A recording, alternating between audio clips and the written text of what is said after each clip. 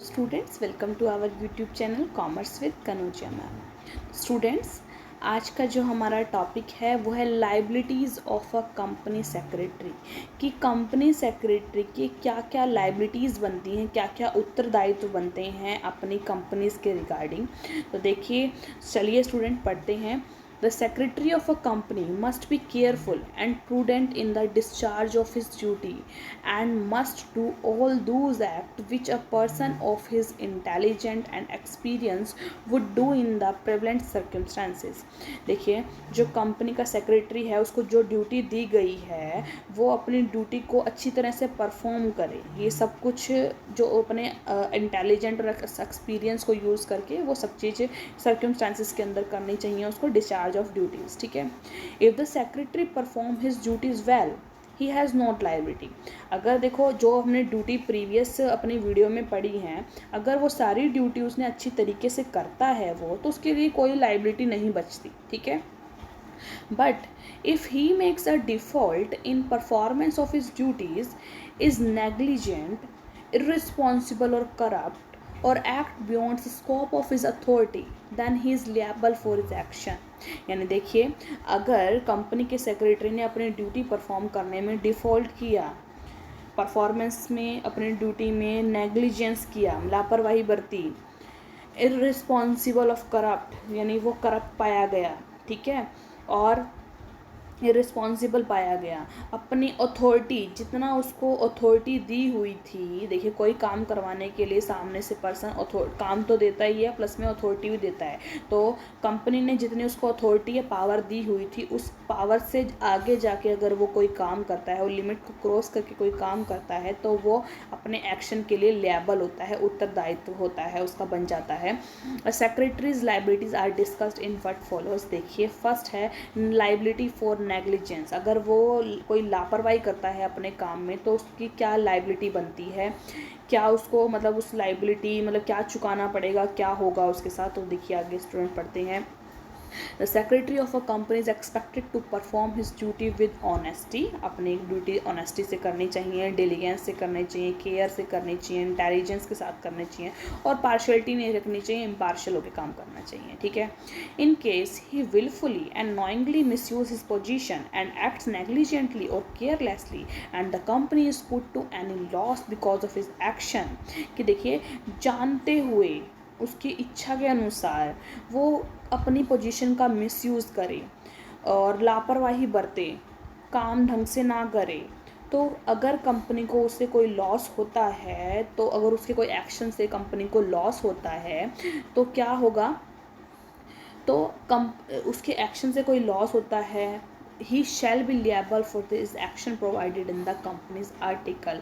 तो वो क्या होगा, उसके जो भी एक्शन है उससे जो भी लॉस होगा कंपनी को, वो उसके लिए लिएबल होगा, एज कि कंपनी के आर्टिकल ऑफ एसोसिएशन में लिखा होता है। ठीक है, आगे देखिए।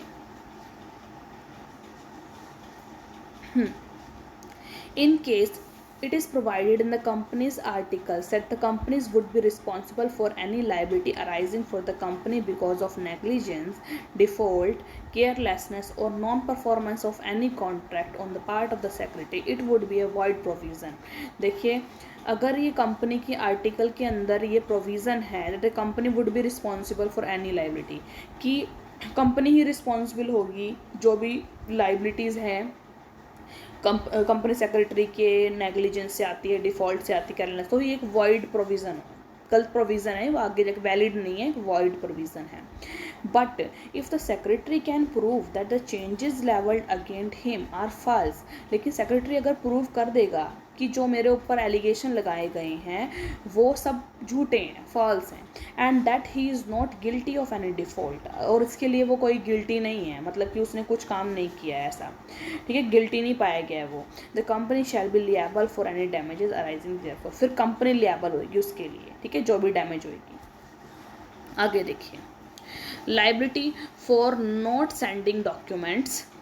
Document to registrar. अगर देखिए हमने जब अभी ड्यूटीज़ पढ़ी थी कंपनी के सेक्रेटरी की, तो उसमें पढ़ा था कि कंपनी सेक्रेटरी की ड्यूटी होती है कि वो जो इम्पॉर्टेंट डॉक्यूमेंट है, नोटिस हैं, रिपोर्ट्स हैं, MOA है, AOA है, ठीक है, वो सब कंपनी के रजिस्ट्रार को पहुंचाता है, सेंड करता है। लेकिन अगर वो सेंड नहीं करता तो उसकी क्या जो है ड्यूटी बनती है, उसकी ड्यूटी ये बनती है, उसकी लाइबिलिटी क्या बनती है, उसकी लाइबिलिटी बनती है कि देखो, as an officer of the company the secretary needs to file the necessary document with the registrar from time to time, like the statutory report, annual statement, alternations and in the company's memorandum, कोई alteration कराना है। In case he does not file such document with the registrar with the prescribe time limit, he shall be personally be held liable, उसको personally liable होना पड़ेगा उस चीज़ के लिए, ठीक है। थर्ड है लाइबिलिटी फॉर फ्रॉड, अगर वो फ्रॉड करता है intentionally, if secretary commits any fraud और breach of confidence with the company, यानी कंपनी की कॉन्फिडेंशियल रिपोर्ट किसी और को प्रोवाइड कर देता है। For example he misuse the company's capital, company की कैपिटल मिसयूज कर रहा है, और फॉर्जेस द डायरेक्टर्स सिग्नेचर, और जो डायरेक्टर के सिग्नेचर का फोर्ज कर रहा है, he shall personally be liable for his action, वो पर्सनली लिएबल होगा अपने एक्शन के लिए, ठीक है। आगे देखिए, liability for breach of trust, अगर वो ट्रस्ट ब्रीच करता है, कोई भी कंपनी की कॉन्फिडेंशियल जो बातें हैं, इंफॉर्मेशन है, किसी और को प्रोवाइड कर रहा है, कंपनी का ट्रस्ट खो रहा है, तो वो पर्सनली लिएबल होगा उसके लिए, ठीक है। आगे देखिए, liability for ultra vires action, the secretary gets his authority express और implied from the company's board of directors. देखो, सेक्रेटरी अथॉरिटी कहाँ से मिलती है, कंपनी से मिलती है, कंपनी के बोर्ड ऑफ डायरेक्टर से मिलती है। The company is committed to be liable for all the acts of secretary which are within the scope of his authority, और कंपनी लिएबल होती है। देखो, जो काम कंपनी सेक्रेटरी कर रहा है ना, वो कंपनी के बिहाफ पे कर रहा है, तो जितनी अथॉरिटी उसको दी गई है उतनी अथॉरिटी में रहकर वो जो भी काम कर रहा है उसके लिए कंपनी लिएबल होगी, ठीक है। ऐसे माना जाएगा कि कंपनी ये काम कर रही है, चाहे काम वो कंपनी सेक्रेटरी कर रहा है, ठीक है। But if he crosses the limits of authority, अगर वो उसको अथॉरिटी जितनी पावर दी गई है उसको क्रॉस करते हुए कोई काम कर रहा है, तो and does any ultra vires, मतलब जो काम दिया गया है उससे ज़्यादा काम कर रहा है, मतलब अलग आके काम कर रहा है, अपने अकॉर्डिंग काम कर रहा है, the company shall not be liable, company उसके लिए लिएबल नहीं होगी। कंपनी सिर्फ उतने के लिए लिएबल होगी जितने उसको हमने अथॉरिटी दे रखी थी, कंपनी ने अथॉरिटी दे रखी थी। And the secretary shall be personally liable for the third party, तो थर्ड पार्टी है जो भी उसने कॉन्ट्रैक्ट किया है, जो भी कुछ किया है, वो उसके लिए खुद लिएबल होगा, ठीक है। हाँ जी, आगे है liability for acts of self interest मतलब खुद के प्रॉफिट का निकालना, कंपनी के अंदर से खुद के लिए एक सेल्फ इंटरेस्ट के लिए काम करना। तो अगर कोई ऐसा कंपनी सेक्रेटरी ऐसा करता है तो देखो क्या होगा, the position of secretary is that of the company's representative and the company as such is liable for all acts of its secretary, but when the secretary commits a default, अगर वो कोई डिफॉल्ट करता है, and does any act for self interest, और खुद के interest के लिए कोई भी काम करता है, he shall be personally liable for the company and to any third party, तो वो लिएबल होगा कंपनी को और कोई भी थर्ड पार्टी है उसको, ठीक है। तो सेवंथ है liability in case of registration of the company in wrong name, अगर कंपनी को उसने रजिस्ट्रेशन करवाया है, कंपनी को देखो रजिस्ट्रार का सारा काम है, जो भी सबमिट कराने का इसका काम होता है, और कंपनी को इसने कोई गलत नेम से रजिस्टर करवाया है तब, तो if through inadvertence or otherwise a company is registered by a name which is identical with or too nearly resemble the name of the existing company, then the company's name must be changed within a specified time। देखिए कई बार होता है company का name जो हम नया रख रहे हैं वो सेम दूसरी कंपनी से मैच हो जाता है, थोड़ा रिजेंबल करता है, तो कंपनी का नाम चेंज करवाना पड़ता है, तो एक स्पेसिफाइड टाइम पे उसको चेंज करवा देना चाहिए, ठीक है। According to section 16 if the default continue, लेकिन फिर भी वो स्पेसिफाइड टाइम तक फिर भी डिफ़ॉल्ट है, वो कंटिन्यू चल ही रहा है, नहीं आप सही करा रहे हो, the company secretary can be punishable, उसके लिए कंपनी सेक्रेटरी पनिशेबल होगा विद अ फाइन से, with which shall not be less than 5,000 rupees but which may extend to 1 lakh rupees, मतलब 5,000 से नीचे तो होगा नहीं और 1 लाख रुपए तक जा सकता है उसका फ़ाइन, ठीक है, अगर वो कंपनी के नाम को गलत नाम से रजिस्टर करवा रहा है तो।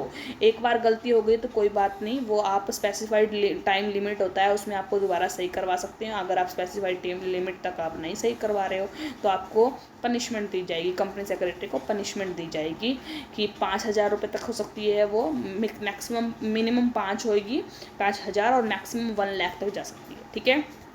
तो ये कुछ लाइबिलिटीज़ थी एक कंपनी सेक्रेटरी की, अगर वो कुछ गलत काम करता है, कोई उसकी नेग्लिजेंस की वजह से, उसकी केयरलेसनेस की वजह से, कोई इंटेंशनली फ्रॉड की वजह से अगर वो कुछ गलत काम करता है तो कंपनी के अंदर वो किस चीज़ के लिए लिएबल होगा, वो उसका उत्तरदायित्व कहाँ कहाँ बनता है, ठीक है स्टूडेंट्स।